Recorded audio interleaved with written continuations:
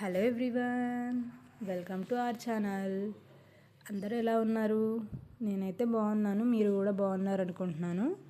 So ఈరోజు special వచ్చేసి నేనైతే స్వీట్ కార్న్తో క్రిస్పీ కార్న్ చేస్తున్నా, అది కూడా హోమ్ మేడ్.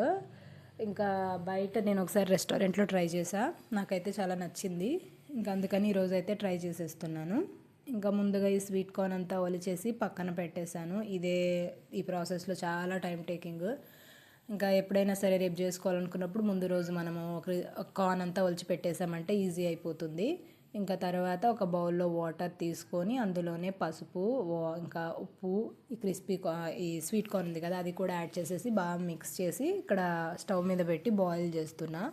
బాగా మన స్వీట్ కార్న్ అంతా బాయిల్ అయిపోయిన తర్వాత వాటర్ అంతా సపరేట్ చేసేసి ఈ స్వీట్ కార్న్ అంతా ఒక బౌల్లో అయితే యాడ్ చేస్తున్నాను.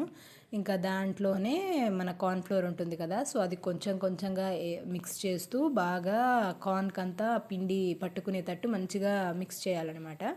ఇంకా తర్వాత ఇక్కడ ఈ స్వీట్ కార్న్ని మనము డీప్ ఫ్రై చేయాలి కదా, ఇంకా అందుకోసం నేనైతే ఇక్కడ ఒక ప్యాన్లో ఆయిల్ వేసేసి డీప్ ఫ్రై కావాల్సినంత హీట్ చేస్తున్నా. సో ఆయిల్ హీట్ అయిన తర్వాత మన ఈ స్వీట్ కార్న్ ఉంది కదా, మనం ఆల్రెడీ ఫ్లోర్ మిక్స్ చేసింది, సో అది కూడా యాడ్ చేసేసి బాగా ఫ్రై అయితే చేయాలి.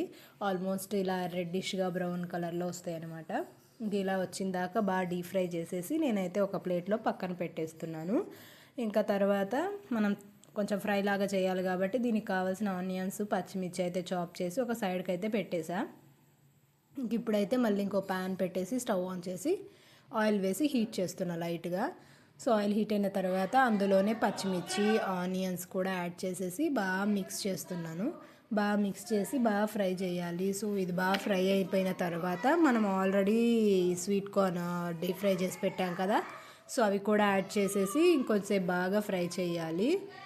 ఫ్రై చేసి ఇంకా అందులోనే కొంచెం పసుపు, కొంచెం కారం, కొంచెం ఉప్పు, కొంచెం గరం మసాలా, ఇలాగా ఇంకా కొంచెం సాసెస్ కూడా ముందు ఇవన్నీ యాడ్ చేసి బాగా మిక్స్ చేయాలి.